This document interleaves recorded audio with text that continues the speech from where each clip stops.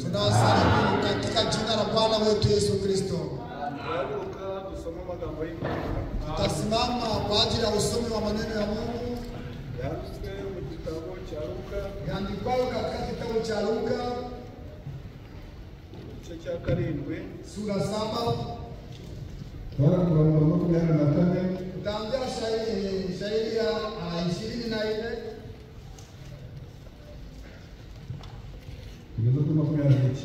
hadi 29. Luka igice cya karindwi. Luka sura 7 shairi ya 27 hadi 29.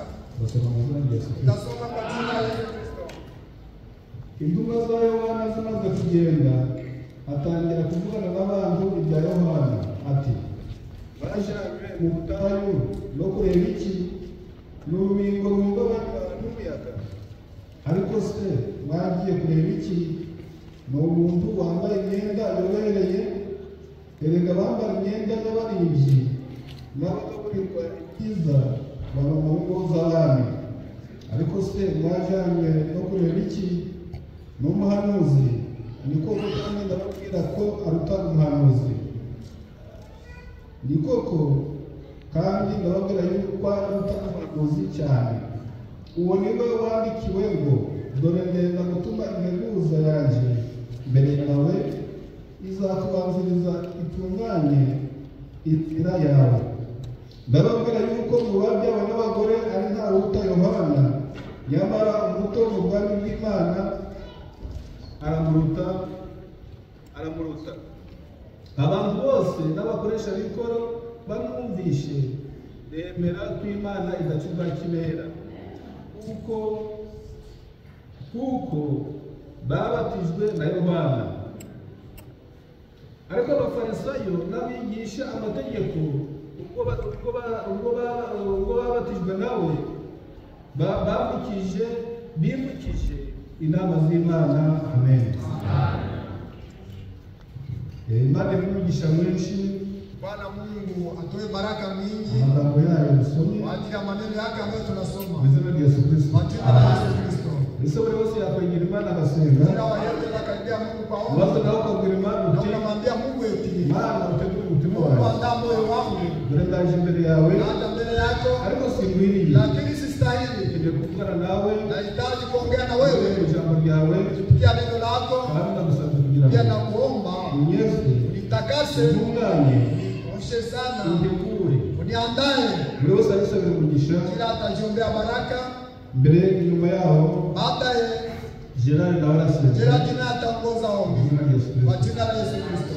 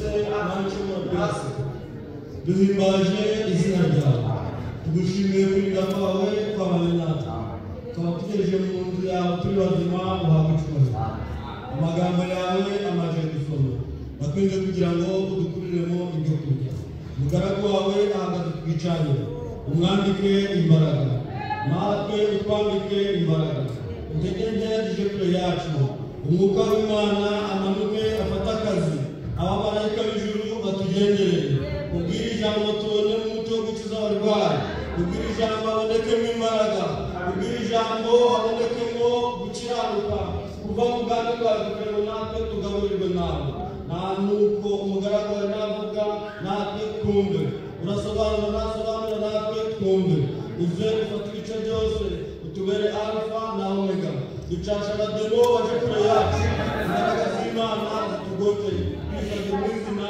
rya Yesu Kristo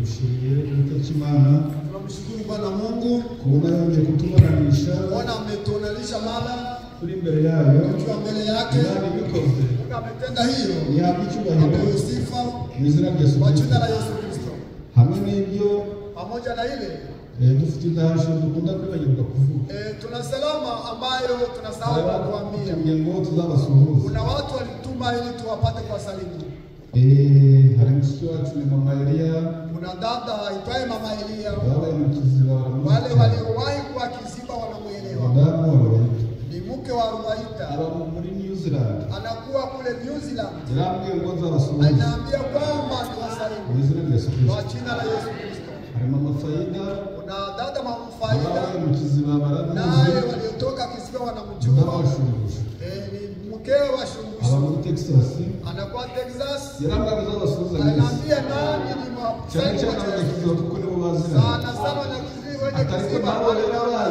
lakini wengineo nabo ni bene wacu wao nao ni wandugu zetu wasalimu hari umufurere witwa Sezirahiga kuna ndugu aitwaye Sezirahiga bamwita Sezi wanamuita Sezi bakamwita Sezi bana walifupisha wanaliita Sezi ari Gisenyi anakuwa Kisenyi kuri Kabumbu wenye wanaitwa Kabumba muri asambwe yitwa mu Rusizi kwa asamblea aitwaye Rusiza yarambwiye ngo uzabasuhuze anaambia ni wasalimu mu izina rya Yesu kwa jina la Yesu Kristo akunda kumbaza nene anakupenda kuniuliza nini baba ni Gisenyi waliwahi kuwa pamoja nene bigira kuri Goma Neema akiwa na mwanafunzi Goma nataka nibagirwa kubikubwira wanasahau Neema kulikwambia Seze arabasuhuje mwese Seze wasalimu nyote nuko cyane cyane nene lakini sana sana Neema mwakirizo ntasho keni salama hizo harimo n'ato twa Kabingwa kuna ndugu aitwaye Kabingwa aho nyakiziba muramwibutse Kiziba mnamkumbuka Kabingwa mucecetse mwana wale msahau watu ya Kiziba Kabingwa ndi mubanzi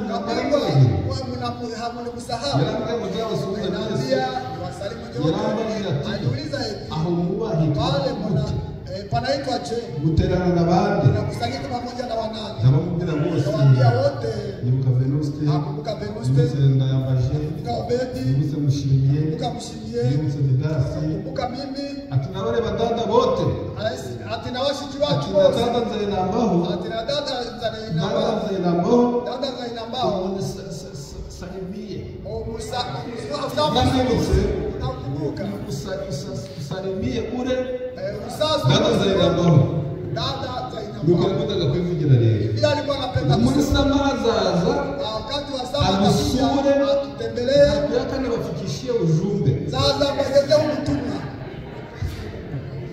niko yambwiye bila linaambia nabura ati bakutuletea ujumbe hatuwezi bakatara abatuza ni ubutumwa ntabwo twabaha kama unatuletea Kristo utuza ni Yesu mwenye alisulubiwa wabambwe hakuna shida nta kibazo namwe siko mubyumva na ese namwe siko sibile munabisikia muri watuvanje bali wakutuchambia akatuzanira imisunzu anawatuletea uchafu n'inyorogoto na tududu twa machi n'ibiceri na machuki ule mpiganishe umuzaza akabagaburira uwe anawapa chakula amazi y'ibiziba maji machafu arimo imisunzu yenye kwa ndani vidudu muzamurwaye ule mpiganishe kandi bamwinguranye murabarwanya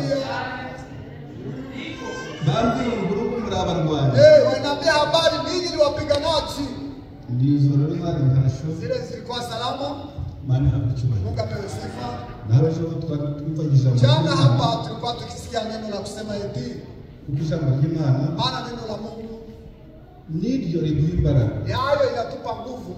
Tuza imbere y'Imana. Tunakuja mbele ya Mungu. Kugira ngo tumvisha Imana. Usudi tusikie neno la Mungu. Kujambo ry'Imana. Maana neno la Mungu niryo ryaremye isi. Yalo liliumba mbingu na dunia. Iryo ryaremye isi n'ijuru. Ile iliumba mbingu na dunia. Natwe nasi bishobora kutureba. Inaweza kutuumba. Ryaremye isi n'ijuru. Iliumba mbingu na dunia. Mu minsi 6. Katika siku 6. Umunsi wa karindwi. Siku ya 7. Imana ngiruhuka. Mungu akapumzika kazi yake yote. Mu gitabo cy'Itangira kutubwira. Katika kitabu cha Mwanzo kwa sema eti. Mbere na mbere. Mbele ya tangu Imana yaremye ijuru n'isi. Mungu aliumba mbingu na dunia. Hanyuma gusa baadaye dunia yari idafite ishusho. Ilikuwa haina kitu. Ari gusa ilikuwa kikiwa. Mwuka w'Imana. Roho wa Mungu. Wagendaga anatembelea juu ya maji. Iyi si dutuyeho. Ulimwengu tunayoikaa yavuye mu mazi. Toka kwenye maji. Nikumahaguza byigisha. Ndio vile nabii na iyi si dutuyeho. Dunia tunayoikaa yavuye mu mazi. Toka ndani ya maji. Kuko mbere. Maana mbele. Kuri mbere na mbere. Tangu awali. Iyi si dutuyeho. Yari amazi gusa. Ilikuwa maji tu. Nta musozi. Hakuna mlima. Nta mudugudu. Hakuna mti. Nta giti. Hakuna mti. Nta byatsi. Hakuna majani. Amazi gusa. Maji tupu. Nayabereye aho. Nayo tupu. Nta kibamo. Bila samaki. Nta kiboko kibamo. Hakuna nyama. Nta ngona zibamo. Hakuna mama. Hakuna viumbile vile. Yari amazi gusa. Ilikuwa maji tu. Atwikiriwe n'ibihu. Ilikuwa inafunikwa na mawingu. Umwuka w'Imana. Roho wa Mungu. Niwo wagendagenda. Yeye alikuwa anatembea. Hejuru y'amazi. Juu ya maji. Basi Imana irareba. Mungu akatazama. Iravuga iti. Nasema eti. Idafite jyenyine. Kwamba ni baki pekee. Hamwe n'ibiremwa mu ijuru. Vile mbinguni. Ahubwo. Bali. Reka ndeme. Wacha. Ibyo mu mazi. Ibyo ku butaka. N'ibyo mu kirere. Na yangani. Nuko Bibiliya ikatubwira. Biblia inasema eti. Mbere na mbere. Tangu awali. Imana yaremye ijuru n'isi. Mungu aliumba mbingu na dunia. Yari idafite ishusho. Dunia ilikuwa na ubusabusa. Ilikuwa tupu. Basi umwuka w'Imana. Roho wa Mungu. Wagendaga alikuwa anatembelea juu ya maji. Imana iravuga iti. Mungu akasema eti. Habeho. Ukue. Irongera iravuga iti. Ikaongeza kusema. Habeho. Uweko. Ibyigenza. Byo mu mazi. Ya majini. Maze amafi. Samaki. Ataragura. Anaanza kutembea. Maze ubwoko. Buraboneka. Maze ingona. Ziraboneka. Cyangwa se no kicyabisa Yona. Nicyo kiraboneka. Maze mu mazi. Biratembera. Kuki? Bitengereye kubiturutse kuki? Ijambo ry'Imana. Kuko ijambo rirarema. Ibiri mu mazi byose. Byaremwe ku ijambo ry'Imana. Isohora ijambo. Habeho ibyigenza byo mu mazi. Irongera iravuga iti. Habeho ibyigenza. Habeho ahumutse. Amazi aba ukwayo. Yahumutse nkabonetse. Ako kanya isi birabonetse. Ibonetse kubera iki? Kubera ijambo ry'Imana. Ariko imbaraga z'Imana ziba mu ijambo ryayo.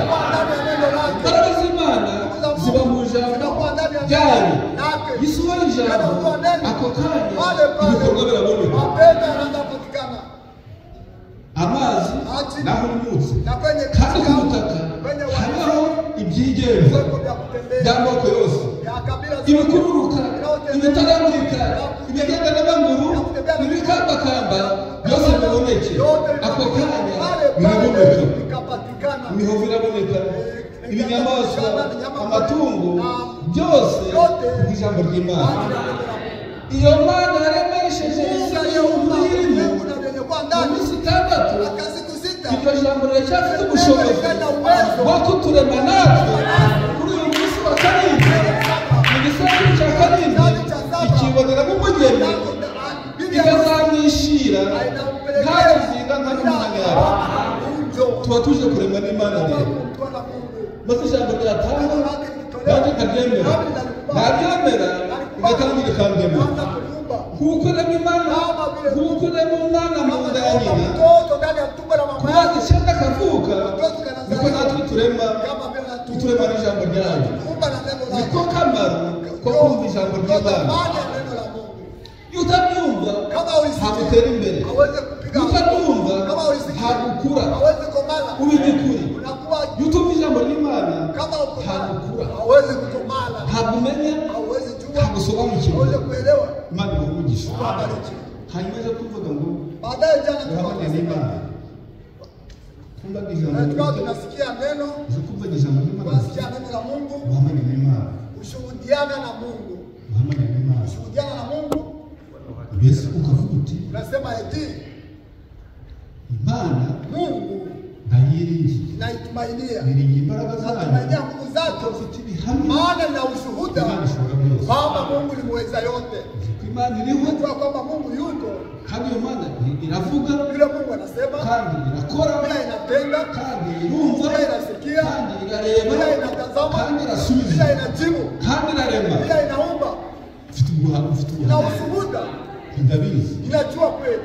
maze umuntu akambaza ati Mtu ananiuliza hivi, ese uriya muhungu w'inzobe ule kijana mwekunda wicaye imbere anayekaa y'ingoma mbele yako, uramuzi unamjua? ntamuzi Unamjua? yitwa ndetse Anaitwa nani? yitwa Hategekimana Anaitwa Hategekimana. none se isa nini Baba yake nani? yitwa Kabeja Anaitwa Kabeja. ni ibintu mvuze Vitu nk'abajya nawe vinasema ngaho namvuze avuga ati wa musaza urabeshya wewe unasema uongo. guhamanya n'Imana Shuhudia na Mungu.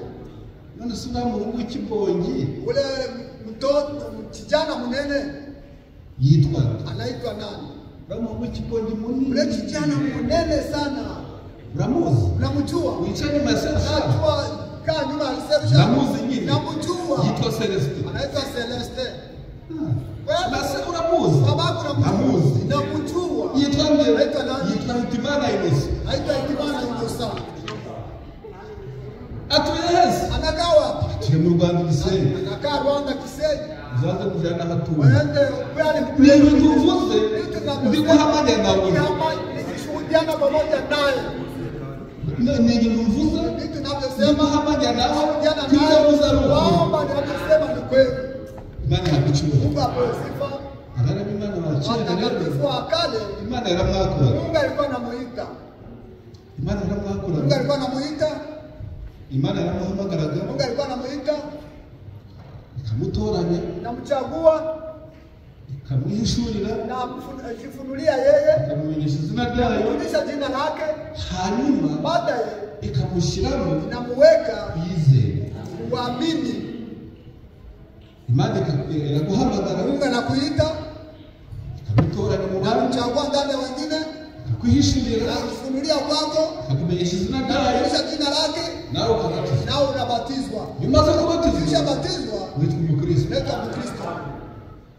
iyo umaze kwitwa umukristo Ukishaitwa Mkristo, Imana iraza Mungu anakuja ikakwibwira nakwambia, izina ryayo nakwambia jina lake, ikabikubwirira he nakwambia wapi, ndani ya neno lake, namara kukwibwira nakwambia ikakwereka na kuonyesha ibihamya vishuhuda by'abatubanjirije aliyetangulia pamoja, alikuwa anatembea nao, ikakubwira iti nakwambia eti Aburahamu Ibrahimu sekuruza w'abizera baba hawaamini, Imana yaramwakuye Mungu alimuita agendana nawe akatembea pamoja naye, yari afite maana alikuwa ubuhamya kuri ushuhuda kwa Mungu. nyuma yaho aravuga ati Baada akasema Imana Mungu mpamanya nayo nashuhudiana naye ko ibyo yanyakuriye kwamba aliniambia izabigezaho itanifikishia, kuko yaravugaga ati maana alikuwa anasema ubwo imbwiye iti hivi, nanaambia nite mu gihugu cyawe toka ndani ya nchi yako, jya mu gihugu nenda ukaisha tena. uzanyereka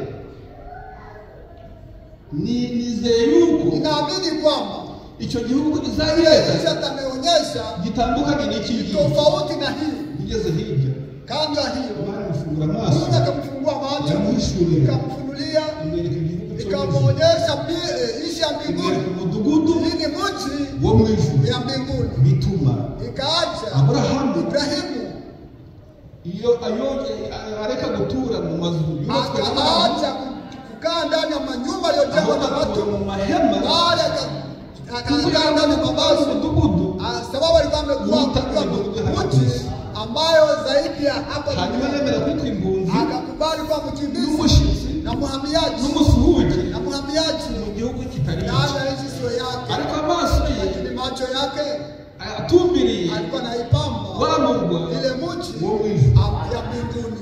byatumye Iliacha atongera kubaka akaongeza kujenga amazu y'ibitabashi manyumba ambayo Imana imweretse sababu Mungu alikuwa amekwisha kuonyesha mji wo mu ijuru ya mbinguni bituma ikaacha Imana amubwiraga byose. Mungu alikuwa amwambia yote. Yaragenda akavuga ati Alikuwa anatembea ubwami Imana ibimbwiye hiki Mungu anayoisema ndabikora. Utabitenda. Kuko Imana Maana Mungu amanya nayo anashirikiana nayo ushobora byose. Baba aliweza yote. Byatumaga Isiacha yemera gupfa anakubali kufa bakababara wakateswa kubera ko sababu bari biringiye yuko walikuwa na matumaini ya kwamba hirya gato kando kidogo wataishi katika uzima wa milele. Barababara akanya gato wataumia kidogo, barabaho nabi umwanya muto mbaya kabla kidogo, lakini muda kadhaa barabaho neza wataishi vizuri muri paradiso ndani ya paradiso. bahamenyaga n'Imana walikuwa wanashuhudia na Mungu. Jambo l'Imana Neno la Mungu eti uko niko vile ndio ilikuwa Imana Mungu yakoranaga na alikuwa anatumika pamoja na watakatifu. Hanyuma baada ya Eliya ijambo l'Imana liti neno la Mungu eti Imana iramutuma. Mungu akamtuma. Imana imutumye Mungu alipomtuma nawe aravuga ati akasema ubwo ari Imana eti intumye Mungu anayonituma nikabikore acha nikitende kuko ari Imana intumye maana ni Mungu ananituma. kuko mpamanya nayo Baba nashuhudiana naye Baba atanipigania kuja imbere y'Umwami kwenda mbele ya Bwana imbere y'Umwami mbele ya mfalme kuko ari Imana intumye hivi ni Mungu anayonituma atanipigania guhanuriza kutabiri njaa hadi muri icyo gihugu na pia niko ndani ya ile nchi ndahanura inzara tabiri n'amapfa n'umwuma na mu gihugu nanjye ndi nchi ambayo ninakaa ndani reka mbikore acha nikitende bivuga nuko Imana ibitegetse Mungu ananituma ntagabanije ubona gatoya kupunguza hata kidogo kuko ari Imana ibintu maana Mungu anasema biri bukurikireho baadaye Imana niyo ibizi Mungu ndiye anajua iby'inzara njaa ukuntu nzabaho utaishi Imana niyo ibizi Mungu ndiye anajua. yaragenda Yakaenda ahanura inzara akatabiri njaa n'amapfa na kiu n'umwuma na kiu kandi bile n'abatuye muri icyo gihugu wanao naye anakaa ndani ya ile nchi ntabwo yirwaniriye akujipigania. abera b'Imana ba kera Watakatifu wa kale babonaga imbaraga wanaona nguvu bitewe n'uko sababu batirwanirira maana hawakujipigania ntabwo bashiragaho imbaraga zabo kuweka nguvu zao n'ubumenyi na bwabo ujuzi wao n'intekerezo zabo mafikiri yao ahubwo bararekaga walikuwa wanaachilia Imana akaba ari Mungu yikora peke yake anatumika. ntabwo birwaniriraga Hawakujipigania ntabwo babishyiraga mu bwenge havikuweka ndani ya elimu ntabwo babishyiraga mu ntekerezo kuweka ndani ya mafikiri ahubwo bararekaga bali waliacha bakirekura wakajiachilia bakitanga bose toa uongozi Imana akaba ariyo ikora wanatenda kazi. amagambo y'Imana Maneno ya Mungu nuyashyira mu ntekerezo yaweka kwenye mafikiri ukayashyira mu bwenge ya katika akili yako ukayashyira mu bumenyi ya ujuzi Imana izabikuretse na gatoya kuacha kidogo uribwa bifite ili imbaraga ya nguvu reka mureke yirwanire waacha ajipiganie. ubwo afite ubwenge bwe Na elimu yake reka mureke abukoreshe waacha itumie. ubwo afite ubuhanga bwe reka mureke abukoreshe Waacha itumie. nzakoresha uwigize injiji Yeye aliyefanya mjinga n'uwigize umupfapfa fanya mpumbavu imbere yanjye mbele yangu ni umupfapfa imbere y'Imana mpumbavu mbele yangu. ntabwo mvuze b'abapfapfa bavuga muri Sema Bibiliya wale wapumbavu wa ndani ya Biblia ugaragaje ko imbere yanjye adafite ubwenge asaba ngo ubwenge bwanjye aba ari bukora muri we ngo nawe bwaho ubwenge ubwenge bwe niba bukubise hasi n'ubumenyi bwe n'ubuhanga bwe n'imbaraga ze bukubita hasi Imana nayo itaza ibimara kandi nawe ugende ufite ubumenyi bw'Imana Imana igutumishe ubwenge bwayo n'imbaraga zayo uko niko Imana yazaga igakorera mu bwenge imbaraga zayo zikagaragara maze bagakora ibitangaza maze Yosuwa aravuga ati ubwo ni ku rugamba rwanira ingabo z'Uwiteka rwanira intwari z'Uwiteka ubwo ni ku ntambara rwanira intambara z'Uwiteka sindushyira n'imbaraga zayo ahubwo ndareka Imana ikore maze baravuga ati ubwo urugamba rupakaye ubwo mumpagarare nawe ushyira mu buhanga bwawe reka Imana ikore maze aravuga ati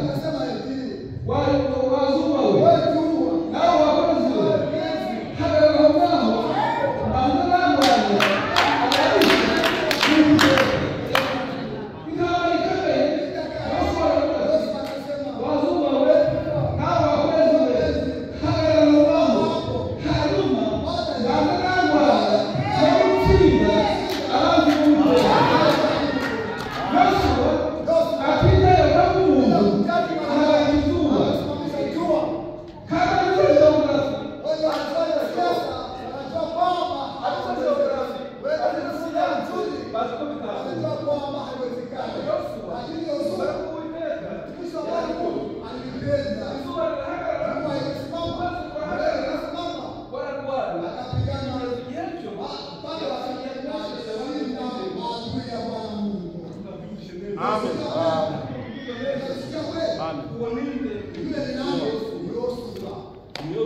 Joshua, neno la Mungu linatuambia kwamba Joshua akashinda majeshi, akashinda maadui ya Bwana Mungu. Sababu gani? Alisema akishuhudiana na Bwana Mungu na moyo wake. Hivi na alisema ikiwa vitani ya Bwana Mungu atatenda. Kidoa pale pale akasimamisha jua. Jua ikasimama pale. Kama vile ikataa haitoke hapo. Vile Yoshua alisimamisha jua. Kwa sifa kwa jina la Yesu Kristo. Tumesikia vizuri. Ni kama vile jana tulikuwa tunaongea. Ndio akasema eti Mungu aliniita, Mungu alichagua, Mungu alichukulia Bwana, akajulisha jina lake. Akabatiza kwa jina la Yesu. Kumbe na hivi ni Mungu atakuwa na nguvu. Nami acha nitumikie. Sawa na jua kwamba Mungu atanishindia. Nashinda dhambi, nashinda tabia, naponyesha dhambi, naponyesha na ulevi. Ile Mungu apewe sifa. Vile ikiwa tunaongea jana, lakini siku ya leo tutaongea eti kumbe ufalme wa mbinguni ni wa watoto wadogo. Ufalme wa mbinguni ni wa watoto wadogo. Sikile tulisoma yule mtoto Ashera alipomweka kitanda cha Mungu, si maneno yale alisema. Yale maneno aliyosema yule mtoto kitanda cha Mungu, yale kumbe tulisoma, yale tutaongea. Akisema eti ufalme wa mbinguni ni ya watoto wadogo. Haichoshi. Mtoto mdogo hachoshe. Mtoto mdogo unaweza kumpa. Alikuwa na fone yake. Suda isimpasue. Na imnyanganya. Unampa mshwari kama hili. Kamata. Unampa hata bobo. Fone yako isimpasue. Na imnyanganya. Unampa bobo. Na akapokea. Anakuwa na noti moja ya dola.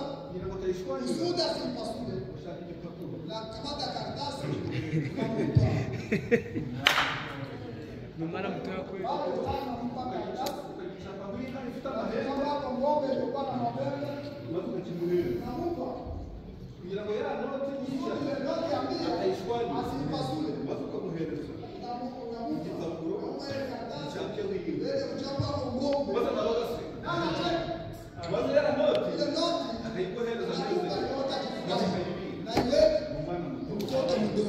Neno la Mungu yule ni Yohana Mbatizaji. Yohana Mbatizaji mtoto wa Zakaria na Elizabeti. Zekaria alikuwa kuhani ndani ya hekalu la Bwana Mungu. Neno la Mungu eti Zekaria kuhani wa ndani ya hekalu, wakati alikuwa anatoa dhabihu, malaika akaja akamwambia eti hii mambo ya leo sema hivi ufalme wa mbinguni kama watoto wadogo. Nataka kuona ufalme kama uzima wa milele. Badilika uwe kama mtoto mdogo. Vile neno la Mungu linikwambia badilika uwe kama mtoto mdogo. Neno la Mungu linasema hivi. Yohana Mbatizaji mtoto wa Zekaria wakati alikuwa Biblia inasema hivi.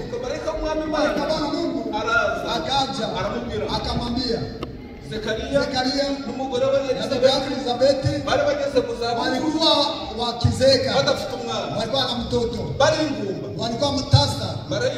Malaika akamwambia utamzaa mtoto. Elizabeth mke wako atazaa mtoto, utamuita jina Yohana. Biblia inasema eti nuko Zakaria akimara kumva amagambo aliposikia maneno hayo ayashidikanyaho akashakia ntiyayemera hayakuyakubali. akimara aliposhakia malaika aramubwira utabyemeye hivi abikubali ukashakia kwa ile ururimi rwawe ruragonda wako urabikiranye utakuwa kama bubu kugeza igihe cyo hadi wakati mwana azavuki utazaliwa. ako kanya pale Zakaria ururimi ruragonda wake abikiranye akawa bubu yongera kuvuga hakuongeza kusema tena. Elizabeth arasama akachukua mimba wakati wa anabyara akamzaa mtoto. amaze kubyara akamzaa mtoto yacho kumwita zina wakati wa kuita jina yacho kuita umwana zina wakati wa kuita jina mtoto bakurasa wakaita babaye na nyina na mamaye umwana mtoto huyu tumuite jina aritwa nde ataitwa nani barabazanya bati wakaulizana hivi none se ko barayikiranye mbona babaka se ko atavuga mbona babaka aramwita zina atamuita jina je babazanyina wakauliza mamaye none tumwite nde sasa mtoto tumwite nani nyina Elizabeth mamaka Elizabeth aravuga ati akasema eti mumwite Yohana nabo baravuga bati nao akasema eti mu miryango yacu mu Isirayeli mu Bayuda ntabwo twa Yohana barimo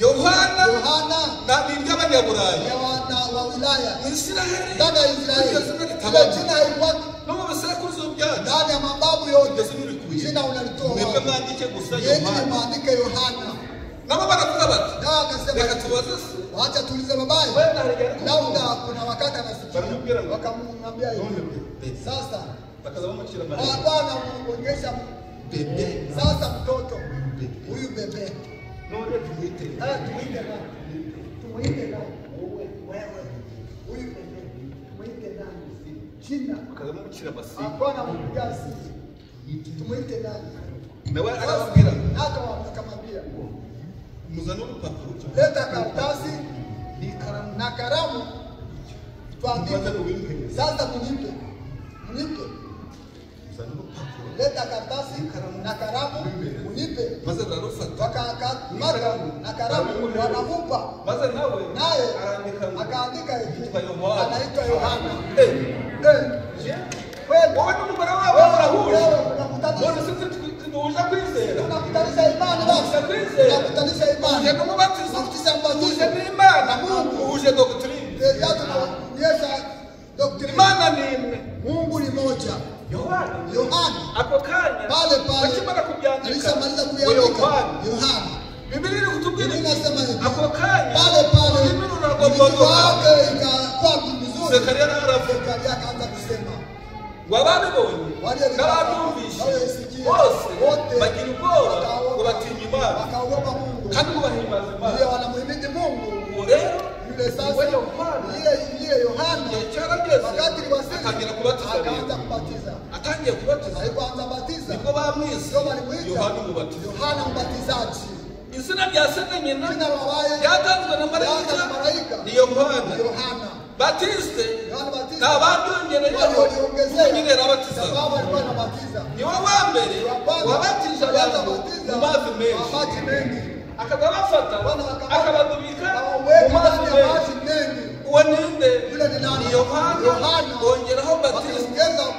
Yohana umubatiza agafata abantu akabadubika mu mazi ari wowe umunyabyaha wewe mwenye dhambi abasirikare baraza majeshi walikuwa wanamfikia wanamuuliza eti jambo ry'Imana neno la Mungu eti icyo gihe kigeze wakati wa Yohana akaanza afiwabo akatoka kwao miaka 12 afiwabo akatoka kwao akaenda aje mu butayu hata ndani ya jangwa Mungu asifiwe miaka 12 Yohana afiwabo akatoka kwao akamshika akamweka kwenye jangwa kwa miaka ngapi 12 wa musore wewe kijana wa mkobwa wewe msichana tinya kwizera unaogopa kuamini Yohana kwa miaka 12 ndio alimshika akambeba akaenda kumtumia ndani ya jangwa akora ikisi alikana nini urimo w'ubuhanuzi haja unabii yari umuhanuzi alikuwa nabii Mungu asifiwe. ageze mu butayu Alipofika jangwani akaanza kuhubiri. Yohana niwe muntu wa mbere mtu wa kwanza wabwirizaga kuhubiri nta teraniro rihari. bila kusanyiko. Ubwo by'umunsi twabitangiye Ya siku ya leo tutakumbuka Yohana niwe predikateri wa mbere mhubiri wa kwanza wabwirizaga alianza kuhubiri nta teraniro bila rihari. watu wengi. tutangiye kumwemera nawe Wewe Yesu yaramuhamije Yesu alimshuhudia nawe urabyemera na ukakubana umshuhudie. niwe wa mbere wabwirizaga Yeye ya kwanza alihubiri nta teraniro rihari, bila watu wengi, nta ndirimbo zihari, bila nyimbo, nta korari ihari, hakuna kwaya, nta meditasiyo hakuna zabonetse, kiosi, nta ndirimbo zihari. hakuna nyimbo. Ariko Yohana Lakini Yohana akabwiriza akahubiri, maze Imana igafata ijuru Mungu rye akashika sauti yake, ikaryohereza anaituma ikaryohereza mu murwa atuwe ndani no ya mu mji midugudu na no mu wilaya mijyi hata no mu miji bigo bya na gisirikare, kwa ija kandi majeshi. haba icyubahiro. Mungu apewe Iyo sifa. mikorere y'Imana bwiza. Hiyo kutumika kwa Mungu. Amen. Yohana Yohana akabwiriza alikuwa anahubiri intorezo igeze mu biti, igiti cyose kitera imbuto kiracibwa gishyirwa mu muriro. na kutupwa katika Watu moto. bari mu mijyi Wenye kuangalia ijwi rikabageraho, sauti inawafikia. abari muri za ajanse ijwi rikabageraho. Sauti ilikuwa inawafikia. Fikia. Ule ni nani? Umuntu uri kuvugira mu butayu. Mtu anasemea jangwani. Yohana yari umubwiriza butumwa. Yohana alikuwa mhubiri. Imana yafata ijwi rye Alikuwa anakamata sauti yake ikarigira rinini, na aliweka kwa ikarigira ndefu rirerire, na kwa ndefu ikaryohereza mu mijyi. na ituma ndani ya mji, Mu butayu ndani ya jangwa. Hakuna mtu alikuwa uchiwa. Imana yonyine Mungu peke yake ikakora umurimo wayo, alikuwa akitenda kazi yake. ikajambo ikarifata Yeye alikuwa analikamata analiweka ndani ya wenye kuwa ndani ya miji. Imana ihabwa icyubahiro. Mungu apewe sifa. Iyo niyo mikorere Yeye y'Imana. ndio kutumika kwa Mungu. Kuko Imana Maana Mungu ikora. yeye mtumishi. Imana niyo ihindura Mungu ndiye anabadilisha. umuntu, arabwiriza. Mungu anaweza kuhubiri, lakini Mungu ndiye anabadilisha. Umuntu arabwiriza, Mungu anaweza ariko Imana kuhubiri, niyifata lakini byajambo Mungu ndiye anakamata neno ikarishyira mu bugingo.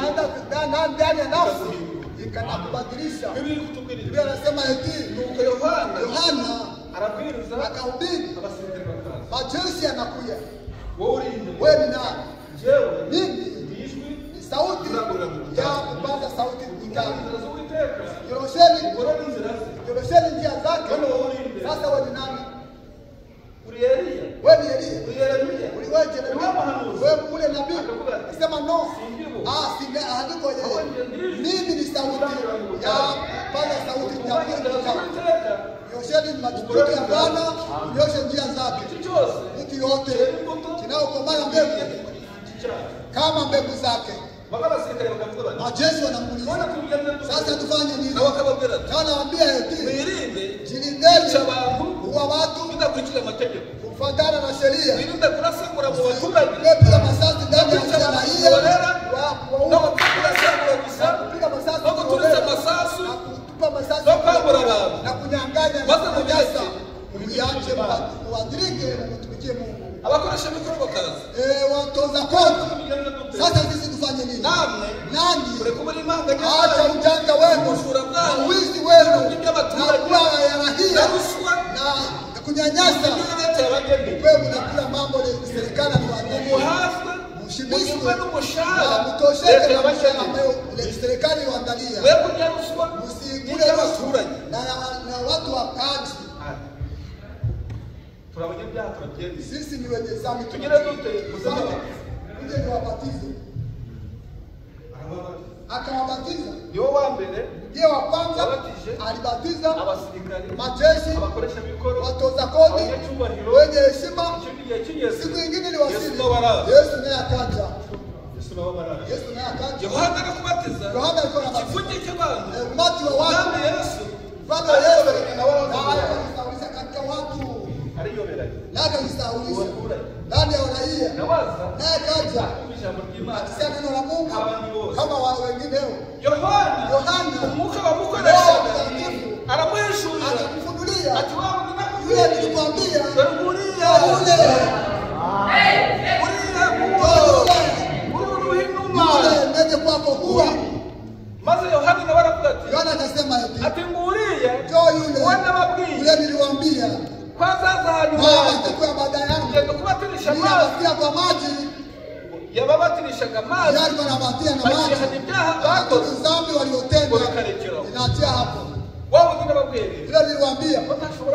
Siweze kufungua hata tusipitwa miaka yake. Njoo yule. Yule mwana kondoo. Ambaye watoa dhambi ulimwenguni.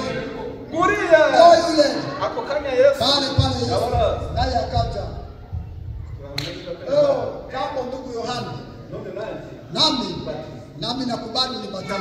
Neno la Mungu yetu. Yohana akamwambia, sitakubatiza. Wewe unakusudia. Kama mwana kondoo. Wewe una dhambi ulimwenguni. Wewe hauna dhambi. Nikubatiza wenye dhambi. Wewe hauna dhambi. Na pale Yohana, nibatize. Yohana akamwambia, wewe unastahili kunibatiza. Tunaongea ufalme wa mbinguni wa watoto wadogo. Yohana nibatize. Anaomba heshima. Yesu nibatize. Yohana sistahili. Yesu naye nibatize. Timiza ahadi. Yohana aliposikia Baba nitimiza ahadi.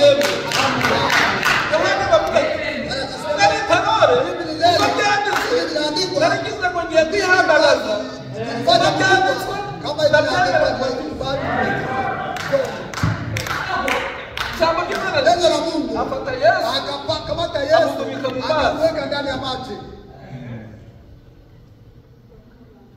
Alifanya nini? Akamweka ndani ya maji. Hakuna kidole baki tu. Hata nywele. Amebatiza kwa maji. Yesu naye alibatiza kwa maji. Unasikia vizuri? Mungu None wewe sasa wewe kubatizwa nkani unakataa kubatizwa kama nani? Yesu abatizwa ukigeze kitwa Yorodani wewe kwanga kubatizwa kubatizwa kwa ajili ya nini? Nani hakichuba Mungu apewe sifa. Akamubatiza akambatiza maji mengi. Baba ndio babatiza kugaragaza wanaobatiza kwenye ubwo busirimu ile usirimu wao ibyo byubahiro ile heshima umwami wawe unapitisha mfalme wake ubirusha Mose wawe unapitisha mkubwa wao. Neno la Mungu akambatiza. Amaze kumubatiza alipomaliza kumbatiza Yesu hana dhambi yagereranya ilikuwa inamaanisha dhabihu inastahili kuoshwa. Yesu kuko cyari igitambo dhabihu yagombaga guca mu mazi alipaswa kupita ndani ya maji alama ya kusafishwa. Maana dhabihu waanza kuisafisha. Neno la Mungu alipotoka ndani ya maji sauti katoka mbinguni nasema eti ule mwana anaompenda na kufurahia kumtii pale roho wa Mungu ukamushishwa yinuma roho ndani ya Mungu akaja akawa katika akakawa huko. Yohana akasema yule nilikuwa nataja alama yote ninayopata ile ndio Masia. Anaenda kushuhudia. Anaenda kushuhudia. Yesu alinyenyekea mbele ya Yohana. Sababu gani? Maana Yohana alikuwa nabii. Yesu kama Mungu akanyenyekea mbele ya nabii.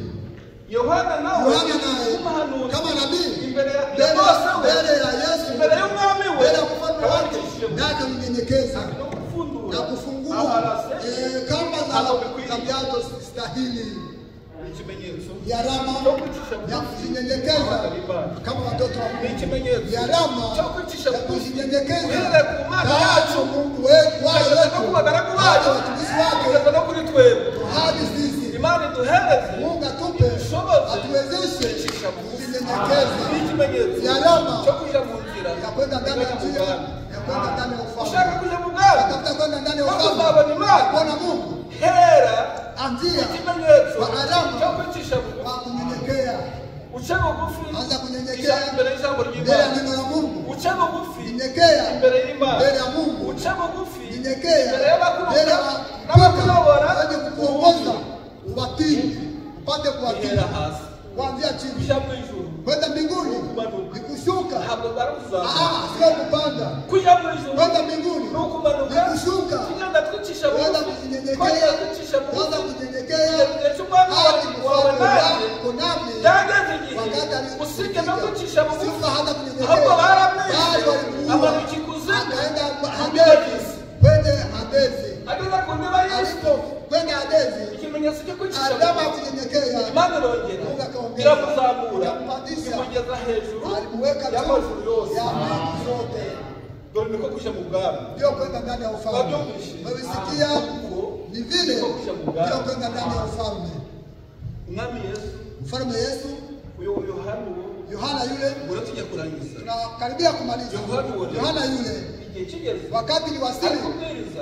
wakati alikuwa anahubiri, arabwiriza akahubiri eti, wowe herode wewe Herode, uri umwami wewe ni mfalme, ariko wakoze icyaha lakini ulitenda dhambi, wafashe umugore kamata mke wambaye naso wa ndugu yako, kandi ntabwo bakwiriye ili haistahili, ntabwo bakwiriye haistahili. ijambo ry'imana Neno la Mungu ntabwo ryemera halikubali.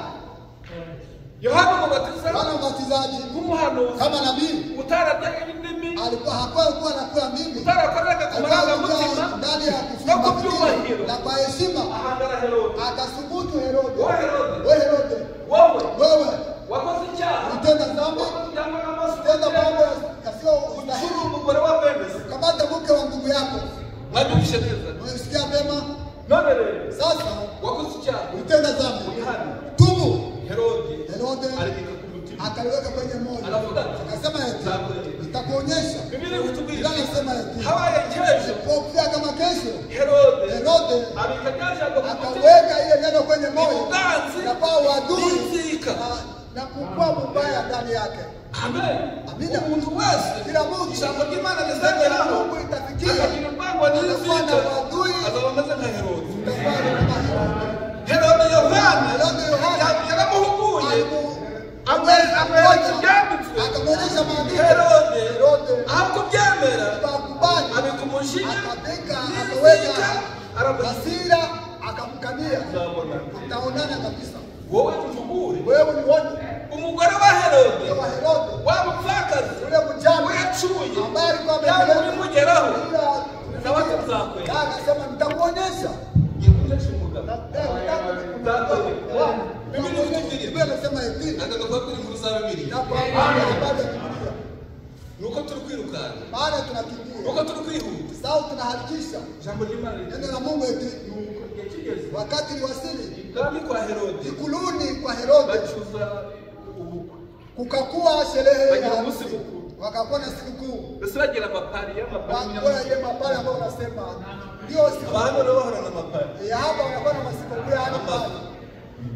ariko ayo makuru muzayitondere Ile maarufu ayo makuru n'ayo mapari muzagendamo neza kama tembeamo vizuri, amakwe ile ambayo amatari harusi na mapari n'ibyishimo na no kubyina no kuririmba bana we aho satani no wale hategeka shetani hawatetea hapo. amapari ya Ile nijoro mapari ya no usiku kugenda nijoro mu gicuku kutembea ndani ya usiku, muzabicunge neza chunga vizuri, ubu harimo ule unakuwa mkuchi ya adui. Unajua mkuchi, muje mubigendamo neza wewe unatembea ayo mapari ile mapari mu bicuku na kutembea no usiku kubyina na no kwishima kucheza na no kufurahi kugendeza no kunezererwa muje mubigendamo neza n'amakenga menshi na matini, unakuwa mkuchi, icumu muranizira lakini mkuchi mnaijua, hari n'icumu unakuwa mkuchi muje mubigendamo neza wewe unatembelea ndani ya satani n'abakunda Satani ibyishimo naye anapenda furaha, satani akunda ibyishimo Shetani anapenda akunda furaha. by'imbyino anapenda mambo ya no michezo kunezererwa na kufurahi. satani arabikunda Shetani cyane anapenda sana, ariko iyo bigeze ku ijambo lakini anapofika kwenye neno satani arabasinza sana na hata wanasinzia. yari mu mapari Kama wako ndani hawezi kusinzia. yari ijambo Kama neno ry'imana la Mungu ibitotsi biraza sinzia na kusinzia. ikimenyetso umwanzi Kama adui adui anapiganisha neno, umwanzi akunda ibyishimo adui anapenda furaha, satani akunda imbyino Shetani anapenda michezo na nyimbo na kufurahi. akunda ijambo Kupitia neno la Mungu, ubaze ku ijambo hana neno la Mungu ni upanga inayokukata. kimwe bigendamo neza Kwa rero mnavitembea ndani vizuri, nakabanga ko mbibi ni siri ninawaibia. Wewe unatembelea ndani vizuri. Mungu apewe sifa kwa jina la Yesu Kristo. Yohana ile harusi sasa Mfalme Herode alipofurahi akauliza mkewe eti, "Mbona mnanifurahisha na vino? Sasa nikupe nini? Nikupe kado gani?" Nikumba nabo gift. Naweza kukupa gift. Mfalme Herode alikazia Malkia. Malkia alikuwa anaitwa Herodia. Kama unaisha na Bwana mnanifurahisha na vino. Piga mzee. Na nyimbo nzuri. None nitakupa gift. Sasa nataka kukupa gift. Nitakupa gift. Nikupe gift gani? Mkobwa wa Herode. Msichana wa Herode akacheza. Alipocheza akafurahisha watu. Baada ya Herode akamwambia, "Nikupe gift gani?" Nafsi yangu natafuta kukupa watu wengi. Maana ulinifurahisha. Yule msichana akachipia na mama yake. Akamwambia eti, "Papa anasema ananiambia nataka kunipa kado." Sasa nimwambia, "Natafuta gift gani?" Wewe nichagulie. Biblia inakwambia, pia hapa. Twende kwa hapa. Wewe nionyeshe. Unajua jinsi tunaishi vizuri. Hapa ni Burundi. Unajua kama tuko sawa. Sasa yule mwanaume wa ndugu bora anaitwa Yohana. Yohana Mbatizaji alimwambia baba yako, "Tutengane." Anamwambia tutengane. Ametariki. Maana Mungu hapendi. Wewe twende na hii kama wengine. Naweza kukubali. Vile vipo. Yohana. Sasa tufanye nini? Sasa tuanze kumsafiri. Hivi mfalme amesema. Ile gift alikwambia akupe. Maana muambie akupe kitu chochote. Hanga cha Yohana usahau.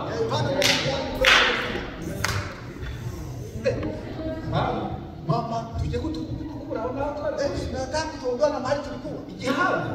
Kichwa chake. Igihanga kina baba gift. Kichwa chake kama gani? Yumami ya Musa ametoa. Umami ya Musa. Kama mfano sheria. Igihanga. Ile kichwa itatoa ikapatikana. Kila hameza. Upate kuishi vizuri. Agakobwa. Kasichana. Chinjira mu Mungu. Nikaingia ndani ya mutima. Kaingia na moyo. Nenda wa wako. Chaka gift yumbere. Tafuta gift ni igihanga. Ni kichwa cha Yohana. Yohana na umuhanuzi. Nabii. Yohana Mbatizaji. Kupata kata isenge. Kuntana ya Imana. Utabikora urasuzugurika utazaraulika. Mfalme akatazama. Sema nitoke kwenye utawala. Igihanga ni kigenda. Kichwa chake kitoke.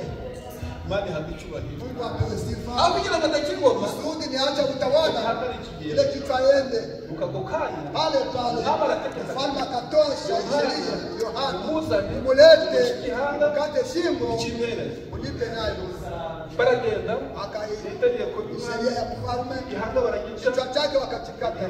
Wakajipa mfalme. Wakakobwa wewe msichana. Gift wanzabye Gift waliniomba wewe. Igihanga kuchacha Yohana. Bagishika kusahani. Akajiweka kwenye wakaileta. Niba barakiriye. Hawa walikikula. Niba barakibaza. Wewe walikichimba. Hapo simulize. Batabamonde ni babi. Wapambane ni wapambane. Imana yadukije ubumonde.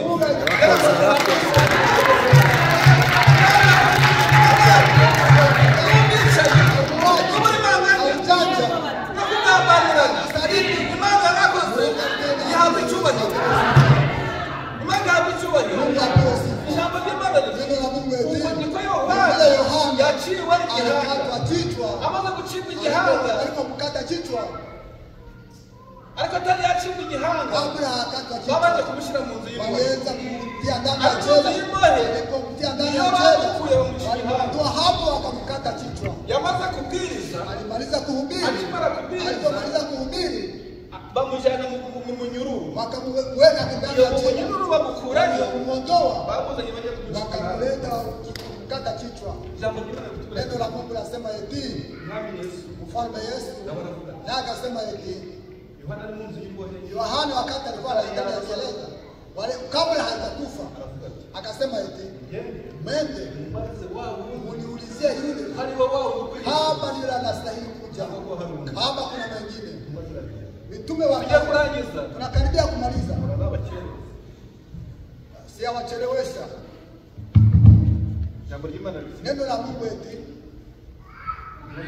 mitume ikauliza Yesu, Yohana Mbatizaji alikuwa ndani ya jela, anatumana eti ni wewe yule ambaye unastahili kuja ama tungoje mwingine?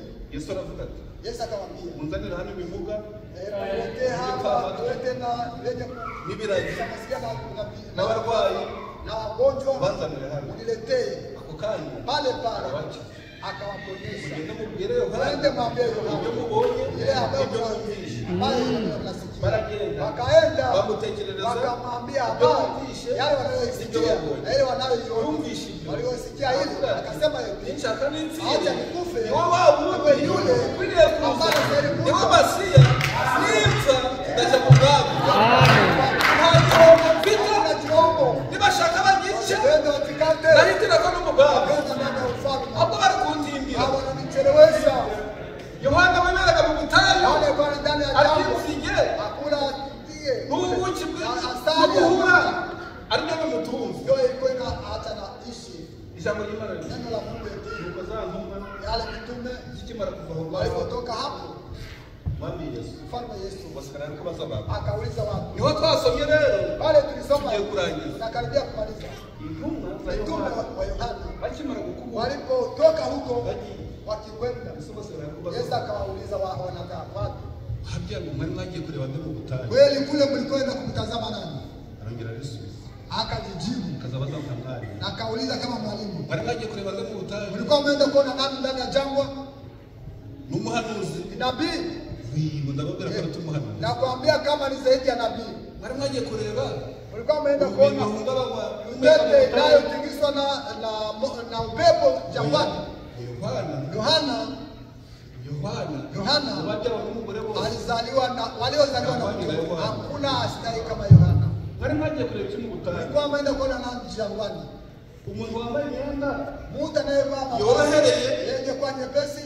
oya Hapana. wabambara imyenda yorohereye Wanaokuwa na mavazi Baba nyepesi mkozi w'abami. wanakuwa ndani ya nyumba za ngo mafalme. ndababwira ukuri Nakwambia kweli, wabyawe n'abagore bose waliozaliwa na wake wote Habari na Yohana. hakuna kuwa kakaye kama Yohana, ariko mu muto muri mwe lakini mdogo kati anamzaidi ibyo byonyine gusa ile tu.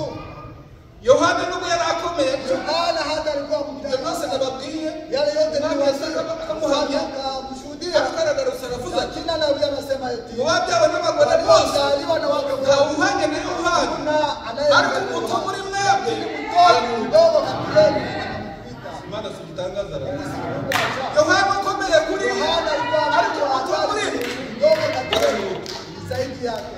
si uwo muto muwuye Ule mdogo ni nani? tusome turangize Acha tusome tumalize. Acha tusome tumalize. turasoma hano Nasoma hapa. turasoma Luka Nasoma kitabu cha Luka igice cya sura 18. Luka 18 Luka sura 18. turasoma hano turangize Nasoma hapa tumalize. Sura 15.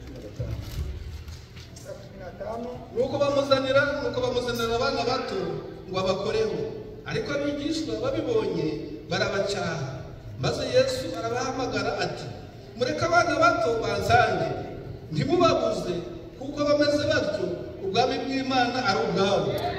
Ndababwira ukuri yuko utemera ubwami bw'Imana nk'umwana muto atazabwinjiramo na hato. Amen. Nuko bamuzanira abana bato Wakamletea watoto wadogo babakoreho awaguse, ngo barambureho ibiganza awanyoshe ko vitanga, abahumugisha awape baraka. intumwa Mitume uziramucyaha zikamkemea, bakaba bafite bakabasa wakikuwa wanakuwa kamashika akavuga ko abana mu kazi tunajua kabla watoto Yesu akawaambia, acheni maana watoto wadogo wanikute. Maana ufalme wa mbinguni ni wao. Naambia kwamba asiyekuwa kama hao watoto wadogo hataingia ndani ya ufalme wa mbinguni, hataifikia. Watoto wadogo. Acha tusome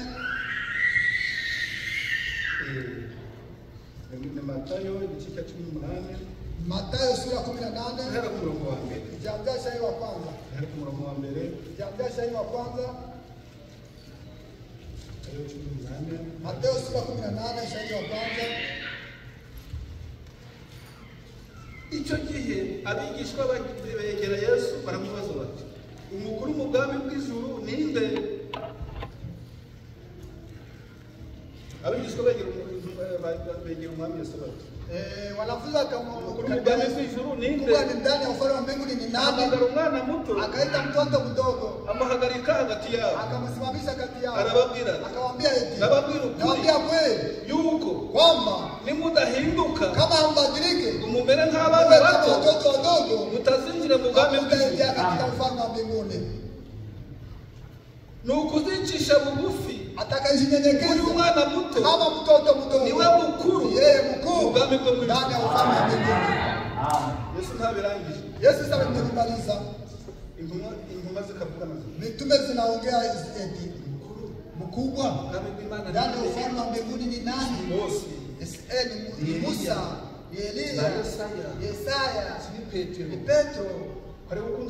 Bwana anasema mambo mengi, Bwana zaidi ya akili kwetu. Mkubwa ni nani? Yesu akamwambia, akamleta mtoto mdogo, akamsimamisha kati yao. Ninawaambia kweli, mwenye hatabadilika. Mtoto mdogo ni nani? Yule anayekubali kudanganya na kubali yale yote anayakubali. Mwenye hatabadilika kama mtoto mdogo hataingia katika ufalme wa mbinguni.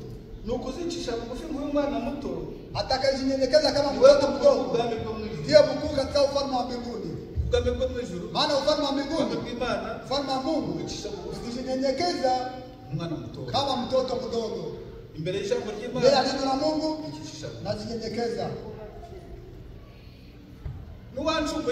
Anayeasi kwako, naye kuasi kwako, unamwombea samaha. Anayeasi anaomba samaha, yeye anaomba samaha. Maana ndio ufalme wa mbinguni. Mungu apewe sifa. Yale maneno makuu. Lakini kumana kwenye Mungu inawezekana. Tutasoma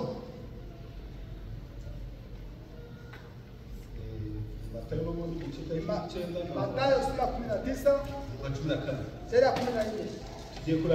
Nakaribia kumaliza. Mathayo sura 19 sura 14. Mathayo sura 19 sura 14.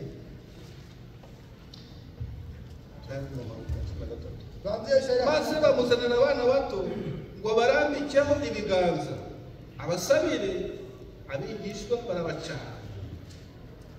Ariko Yesu arababwira ati, mureke abana bato ntimubabuze kunsanga, kuko abameze batyo ubwami bwo mu ijuru ari ubwabo.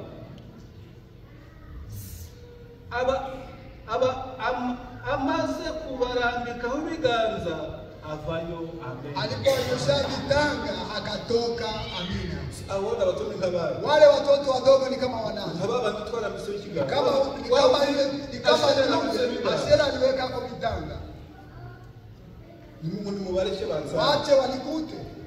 Kukugana maana ufalme wa mbinguni kama watoto wadogo. Basi none sasa kama mwana mtoto kama mtoto mdogo uruhinja mwenye kwa mdogo sana. Oya hapana, guhinduka ni kubadilika kwa tabia no kumyitwarire na mwenendo no kumyifatire na msio yako na matendo na kama mtoto mdogo imbere ya Yesu mbele ya nani? Mbele ya Imana, mbele ya Mungu, mbele ya neno lake.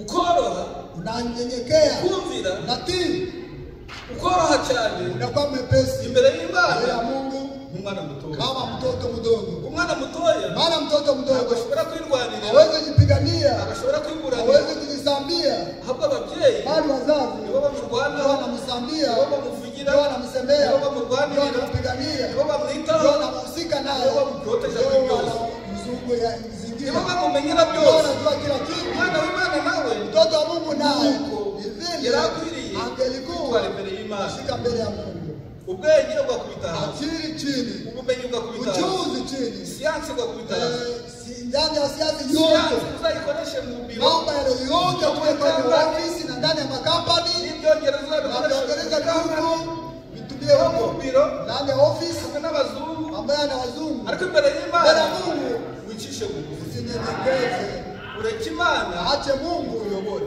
ikuongoze maze nayo ikuyobore. na ikuongoze. Imana ihabwa icyubahiro. Mungu apewe sifa, Ubumenyi, ujuzi, geography, geografia byose yote ukubite hasi, weka chini, maze Imana Mungu ikubikemo, pate kukuweka ndani ya akili yake, maze kukuyobore. pate kukuongoza. Uko iby'Imana Maana mambo ya Mungu ubishyiramo weka ubwenge ndani ya no akili yako, gutekereza, ndani ya mafikiri, ugashyiraho imbaraga, weka nguvu, bizakunanira. takushinda. Ureke Acha Abana bayikora mu Mungu atende kazi yake, wowe gusa uyihereze, wewe ujitoe kwake, uyihereze ujitoe kwake n'umubiri wawe na wose, mwili wako n'ubwenge na bwawe akili bwose, yako yote n'intekerezo zawe na zose, mafikiri yako byose guhereza yote Imana. uipe Mungu, Maze Imana Mungu ikore muri wowe. pate kutumika ndani yako. Nibikugoye, Ya kuchosha, nibikunaniye, ya kushinda, bwira Imana uti ambia Mungu eti sinshoboye, hii siwezi mimi, simbishoboye, siniwezi, ahubwo ni wowe bali ushoboye. wewe ni mweza yote. Izi ntambara zirananiye, Vita zote ahubwo zinanichosha, woneshereze. bali nishindie. Ubu burwayi Gonjwa buranzonze, inanizidi, abaganga barananiwe, waganga walishindwa, ahubwo wowe ushobora lakini wewe byose, mweza yote. wowe nkiza. Nirwanyeho Nijipigania, njya kubavuzi, Nenda njya kuwaganga. kubaganga, mbone Mana sasa Mungu we ndwanaho, wewe nipiganie, wewe niponye. natanze amafaranga, Toa pesa, nagiye mu bapfu, ende kuwapiga Mungu Mungu wakonikoni. na wapiga Bwana Mana ndarambiwe, wanachoka. ahubwo mbabarira Sasa ndakoze icyaha, samahani nitenda dhambi, wowe nkiza. wewe niponye. Ukamenya ko Imana Najua kwamba Mungu ushobora byose. naweza yote. Ese yakiza n'uburwayi, Unaponya magonjwa, nta burwayi anyurana imbere y'Imana. Ese yakiza n'ibisazi, uchawi, Imana yabikiza. ponya uchawi, Ese yakiza n'abazimu, unaponya na wazimu. oh, Yo, kweli. nibyihinga gusa, Sijini na winda tu, niby'Imana ihinga, ile Mungu na winda. niby'izirana nabyo, Akatala izirana n'imizimu n'abadayimoni n'imbaraga z'ikuzimu. na mapepo. Hari ibyagufashe, Unabidi kukamata. wowe uzazubwira abagabo b'itorero bakurambikeho ibiganza mu izina rya Yesu Kristo, ibidayimoni Mapepo bizakuva. yote atakimbia. Ngo n'ibisazi, Na vichawi, ibisazi na bizakuva. vichawi itakwenda. Wari wasara kugeza Wala igihe cyo vichawi mpaka wakati wibera mu mva, na kwa ndani ya kaburi. wa wundi wabaga mu mva Alikuwa ndani ya kaburi. ngo yibera mu mva gusa. Yeye alikuwa anapigana kaburi. N'irindi Kule ndani ya ibisazi kaburi. byaramufashe, Chawi ilikushika. imyuka mibi iramufata, Pepo wa chawi iramubohera akaza yibera mu irimbi. pia ndani ya makaburi. Imisatsi yaramwereyeho, Mbele zake zilikuwa kama ibyanwa byaramwereyeho, kama ndevu. abo muzabona imisatsi yarabereyeho, ibyanwa byarabereyeho, n'ibizara bireshubya, muzamenye kwabo ntaho bataniye na wa wundi Yesu yatumuye ku dayimoni, wa wundi Yule wabaga mu mva. alikuwa ndani ya makaburi. Imisatsi yarizi Nywele ilijikunja n'amaturere, na madure. ibyo ngibyo Yale ni ibimenyetso ni alama by'abadayimoni. ya madevu. Imana yarabikijije Mungu aliponya. kandi haranditswe ngo Pia kuna andiko niba hili. nyizeye Ukiamini imirimo nkora kazi ninayofanya. leta muzabikora wivuge kabisa. Watufu. Yesu ntabwo yakirishije igitabo Yesu gusa. uponya. Yesu hano ku isi Yesu ulimwenguni. hawamuzaniye igitambaro umushahara Shabani alikuletea mshwale, bagusabira umuntu aombee mtu, akoze ku mushahara, akigusa ariko Petero na ba Sila barabikoze. Sile walipenda. Bakiyumvira. Nafsi yao njema. Ikapewe sifa. Urekere Acha sasa imbaraga z'Imana nguvu za Mungu zikore, zipate kutumika.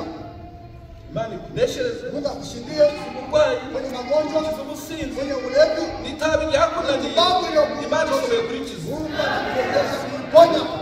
itabi ryakunaniye Imana ishoboye kurigukuramo inyota itabi Imana ishoboye kurigukiza ngo n'inzarazi ikaguha imbaraga iyi ni imirimo ya Satani Satani twasezereye ibyo byose n'imirimo ye yose Satani akira ibyawe kera twararimbaga uramaye Satani we uramaye Satani we yawe Satani zikibira ngo wigendere ngo n'ubusinzi bwose bijyane n'ubusambanyi bitwara ibyo byose nibihe Satani yihitanira ubusinzi n'ubusambanyi byose ibijyane n'ibyawe Imana ize yime mu mutima wawe Imana izitura mu mutima wawe iyobora intekerezo zawe n'imigambi yawe n'ibyifuzo byawe Imana ikuyobore ihereye mu bugingo imbere n'inyuma Imana ikora ihereye mu bugingo n'inyuma yiyegurire neza Ponate w'umukobwa ukiri mutoya ngo nzashobora ngo kwambara ibirebire none si nyoko ko yabyambaye nyoko ko yakuriye muri ekole kugeza uyu munsi ntashaje aribyo yambaye none si iyo misatsi nzarahera mfite imyaka 14 yaretse imisatsi nzarinda gusaza none si Sara ko yarinze gusaza kamera mu munani yo kureba Samadini ya zaidi yigeze yogosha umusatsi hakunyola nywele yake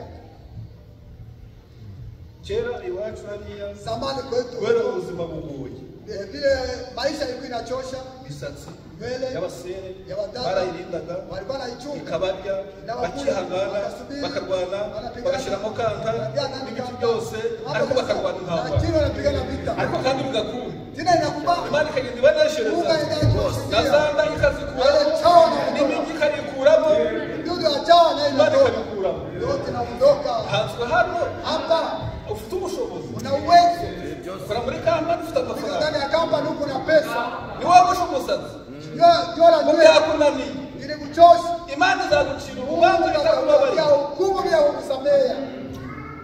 umunyabucori yashoboye kuyitereka akabona n'igihumbi umwaka warangiraga ntashobora kwigurira n'ishati umwaka wararangiraga twari dufite urutoke twigana imyaka yose ariko kugira ngo ugurishe imyaka uyijyane itongo uzabona ishati byari bigoye bakarekeza sura bariya kubona amafaranga byari bigoye ariko twakoreye Imana kugeza n'uyu munsi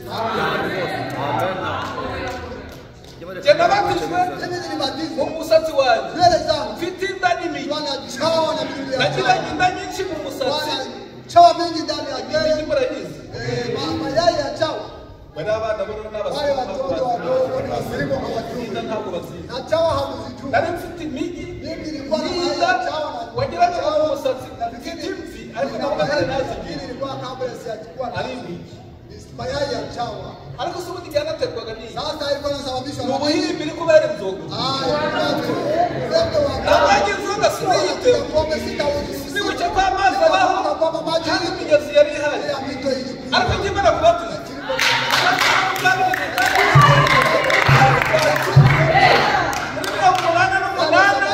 sinzabyibagirwa hafi saa 8 zirengaho mu mugezi witwa Bigogo hagati y'uruboga na Kazihiri babudiya barahafi uhereye ubwo zanda n'imigi sinongeye kubibona niba byarasigaye mu mabasi ntari nagiye ntangara uhereye icyo gihe inda n'imigi n'ubuhimbiri nahise biyisirimu kandi nta mafaranga twari dufite hatukuwa na pesa urabona agapantaro karimo kangu kako sawa cyangwa zagiye Ile chawa iko. zasigaye mu mazi Inachanga na maji. Imana ihabwa icyubahiro Imana gukiza ibyaha ikaguza cyane rwose amena abizakwibaza abasare yabaga afite umwenda umwe Basilaga wana akawumesa akabandika ku rusenge ntabwo gutera none wowe ufite imyenda yuzuye amavarisi Imana izagucira urubanza kubabariye bila kusamehe. Hakuna samaha, maana hakuna kutetea. nabaganiriwe mu murima ndi guhinga Shida ndani ya kazi niko nalima. nagera mu rugo Kafika nyumbani. turi butarana saa Kama munani tutakusanyika saa 8. ibiryo bigiye gushya Chakula yuka ni avuga ngo nimbitegereze sema nikingoja. kabirya bishyushye Kabikula bikiwa bigatuma ntaterana Naacha kusanyike nkabireka nkajya na biacha enda kusanyika. naho wowe bundi Sasa wewe leo imireti direct chai za apo majuisi ibiki n'ibiki vitu kadhaa amacikene Machikeni. za firigo ziruzuye na za frizere nudaterana Imana ntabwo izakubabarira hata kusamehe. nta mbabazi Hakuna samaha. Imana ihabwa icyubahiro Mungu apewe sifa. ubwami bw'Imana Ufalme wa mbinguni bw'abana batoya kama ya wale kandi watoto ugenda kubabwira yale nawaambia abana batoya watoto ngo wadogo bari kubyumva gusa wale wanaisikia. amen Imana ihabwa icyubahiro Mungu apewe sifa. nano turangize Tusome hapa tumalize.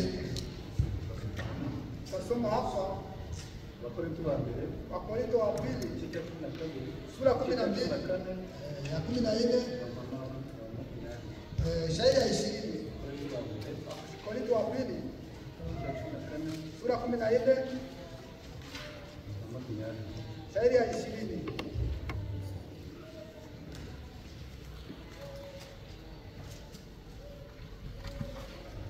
bene data ntimube abana bato ku bwenge babyumvishije Umebisikia nyuma y'Imana Pawulo ile mtume wa Mungu bene data ntimube abana bato ku bwenge ahubwo mube abana b'impinja ku bibi babyumvise Umebisikia Pawulo aragenda ona nenda akagera hirya kafika kule agasobanura anatafsiri yerekana abo bana bato achionyesha kwamba abari watoto wadogo ni wanani. bene data Wandugu ntimube abana bato sio kuwa watoto wadogo Ubwenge. kwa akili, ahubwo mube bali abana muwe watoto wadogo b'impinja kama watoto Buriya wasichanga wanzamureba. sana, kama yule uriya wanzamureba wagakuru sawa yule wakakuru niko Pawulo bari kubivuga vile Paulo anasema iwe agiye hirya yale nda ngo ngambo ni nk'umwana w'uruhinja muri wanzamureba kama mtoto mdogo sana wanzamureba,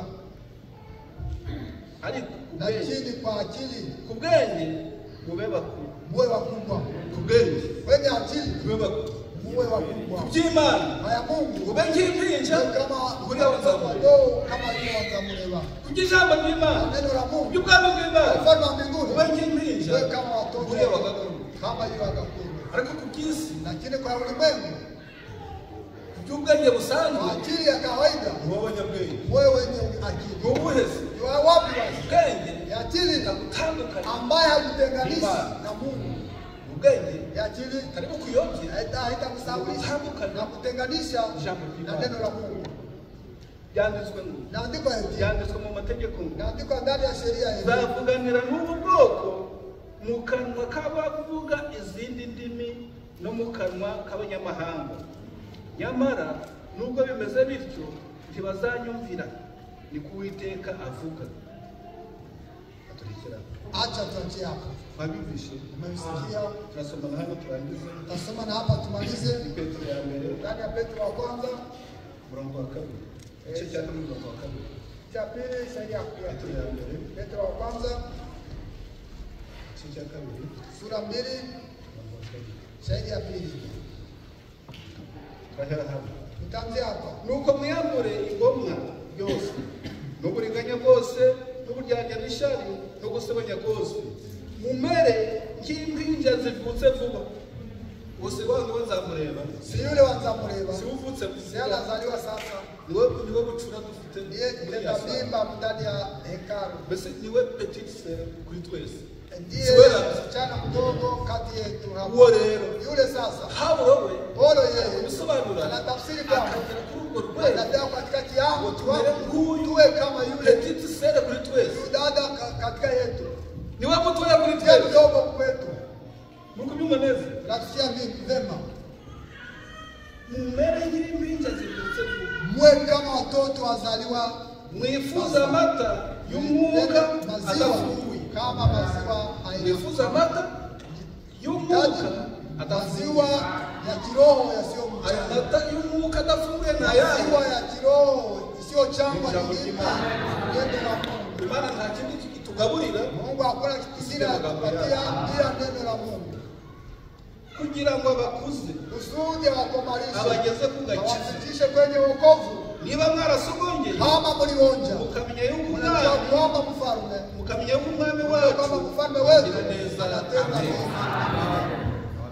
mwifuze Mhitaji kuba nk'impinja kama watoto wadogo zivutse vuba ambao wanazaliwa sasa. mutungwa n'amata Na maziwa adafuwe bila mchango. kugira ngo abakuze Kusudi wakomalishe. abageze ku gakiza Awafikishe kwenye wokovu. ariko ijambo ry'imana Neno la Mungu niryo ridukuza yale na kukomalisha rizatugeza na tufikisha wokovu aho kamili. izaducungura Haitadukomboa. n'imibiri yacu Kamili ikayicungura yetu naikomboa.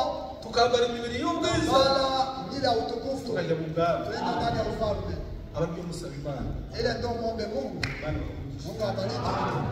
kandi ntabwo tukurenzaho Hatutavuka hapo. saa cyenda mirongo itatu n'icyenda Ni saa 9:39. ubwami bw'imana Ufalme wa mbinguni bw'abana bato ni kama watoto wadogo. twarenzaho dakika zangahe Tunaweza kuchisha kama dakika ngapi? saa cyenda mirongo itatu n'icyenda Ni saa 9:39. bibiri iri kutubwira iki Biblia inatuambia hivi. uko abisiraheli igihe cy'abacamanza Bwana Israeli wakati wa Amsi twongeramo dakika ngahe kuchisha kama dakika ngapi? abisiraheli amategeko ngangahe Dakika kama ngapi?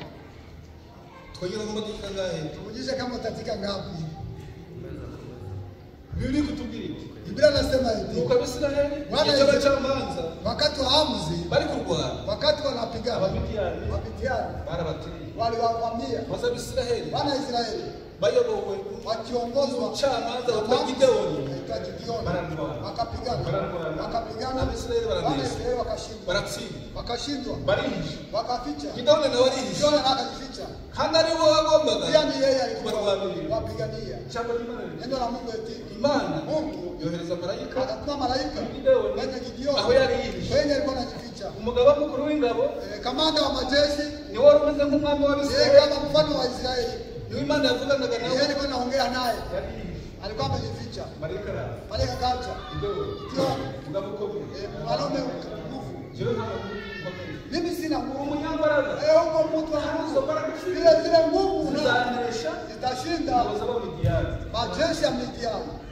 Gideyoni nawe aravuga ati Gideoni akasema Gare wowe ubimbi. hivi ndio unasema nubwo japo kuwa ibitangaza n'imbaraga byose shara byarangiye kama yote Hapo yakwisha, nabyemeye. lakini nakubali kandi nahaguruka pale pale ijambo akasimama. ry'Imana ritubwira Neno la Mungu lasema Bwana Mungu abwira Gideyoni akamwambia Gideoni eti haguruka simama, urwanye n'Abamidiyani pigana na maze Wamidiani muhaguruke yote, msimame muhurure mujeni urwanye n'Abamidiyani piganisha kandi Wamidiani, utabanesha japo utawashinda. Gideyoni Gideoni yakura abantu bose akaita watu wote wakakuja bose mu misozi bose baraza ndani ya milima wakatoka bajya kurwanya Abamidiyani naenda piganisha Wamidiani. bibiri Biblia kutubwira inasema eti nuko hapo Uwiteka abwira Bwana Gideyoni Mungu akamwambia Gideoni, abantu babaye benshi watu wamekuwa wezi, sinshaka sitaji ko murwana pigane, muri benshi maana Mungu umati wa wengi sana, kugira ngo mutazira maana msishindane muvuge ngo useme kwamba batsinze ulishinda kubera ubwinshi bwanyu kwa umati wa wengi, nanakugira amaboko wala yanyu nguvu zenu. nshaka ko muba Bwana, bakiri napenda moyo wachache, Muneshe. mkishinda muzamenye ko mjue kwamba ari cyo Bwana wabarwaniye Mungu anawapigania. Gideyoni arabyumva Gideoni akabisikia, abwira abantu ati akawaambia eti ufite ubwoba wese anayekuwa na ufite uoga ibibazo iwe leo mu kwa rugo shida kwake niyitahire arudi. bibiri kutubwira Biblia ibyo inasema hivi, nuko abantu nk'inzobe ebyiri wetu kama bose milioni barataha. wote wanarudi, abasigaye wanaobaki Uwiteka abwira Bwana Gideyoni Mungu akamwambia Gideoni, nabo baracyari benshi nao wangali wengi, bashaka kumugera wende wabebe kwenye moto, bagerageze wende wajaribu banywa amazi wanywe y'umugezi maji ya mto, uri bunyweshe yenda kwa maji uri bunywe afashe intwaro akiwa na silaha mushire iburyo uweke kwe ukamba, urambika intwaro hasi atakayeweka anakunywa maji kama hivyo, na umushira na umtie weke kushoto, dola wajana kumbe ndio akaolewa kwa akawajaribu. jambo jibari Neno la Mungu eti kabagana tatu kapatikana 300 Bwana Mungu akamwambia wale abari kujana abo ndichukue mnanishinda watashinda majeshi wa Midiani. fatimilindi Kamata mitungi, fatimilindi kamata mitungi, shiremo ninguri wewe ndio wewe kwenye licheche kila leo kirindi che ndani ya mtungi wako na licheche. Gideoni yagombaga kuvuga ati Gideoni angesema sio tugiye ku rugamba tunaenda kwenye vita, tena ibirindi n'urugamba ile mitungi na vita inakutania wapi? nawe tugomba kukibaza Hao zinaziweza jiuliza, bagiye kurwana n'ingabo tunapigana na majeshi inkota na silaha Yesu na makanife n'abacumu na mikuki n'intwaro na silaha bagiye kurwana n'izo wenda ngabo kupigana na hizo. zatojwe neza Uzowezo uwiteka abwira Gideoni Bwana Mungu akamwambia Gideoni, buri wese afata ikibindi awe yote akamata ashira mitungi muri aweke ndani licheche, genda mu Rwanda wenda n'abamidiyani kupigana na Midiani. ashaka Gideoni Gideoni ko yahamanyaga n'Imana ndio kushirikiana na Mungu. hari ibya jambo nini twavuze Ile neno jana tulisema ni yahamanyaga n'Imana alikuwa anashirikiana, aravuga ati akasema ubwo Imana irimbwiye hivi ni Mungu anasema nanjye nibwo bwa mbere nabona abarwanisha ibintu wanaopigana na mitungi ariko ubwo ari Imana niyo izi ukuntu iri bubikoresha kupiganisha. ijambo ry'Imana riti Neno la Mungu Mungu wewe Gideoni Gideoni uri musirikare suko jeshi na uri mtungi musirikare na jeshi n'ikibindi na mtungi, abasirikare nabo majeshi nao barintwara walikuwa mashujaa. ubwo ariko umwanda wacu Mimi ni kamanda na Esther, dushinzwe kuba tunashuhudia kwamba barasira kuba kabla tutakwenye dushinzwe Mungu kuba tunapasha kuwa baragenda barabyikorera wakabibeba. Gideoni arababwira ati Ndio nakwambia buri wese afata urumuri kila wote akashika licheche n'aka kaboko ndani ya mkono huu, tugende twende. nimwumva mvuze Sasa anasema ubwo hivi, twari guteka kwa n'Gideoni kila upanga wa Mungu na nange Gideoni, mubivuge nanyi mseme muzunguze muri zunguke ishe ibyo dukora byose matendo nange mubikore mtende. baragenda Wakaenda, bageze mu rugerero walipofika ndani Gideoni arangurura ijwi akapaza sauti ubw'ingwate y'ubuteka na kwa Gideoni ajili ya upanga na bagitura hasi tungi amaze kugitura hasi bose barabikora wote wakabifanya. bakimara kubikora Walipomaliza za ngabo barwanaga nazo majeshi yao zisubiranamo yote zikaanza baricana kauana, baramarana wakamalizana urugamba rurarangira vita ikaisha.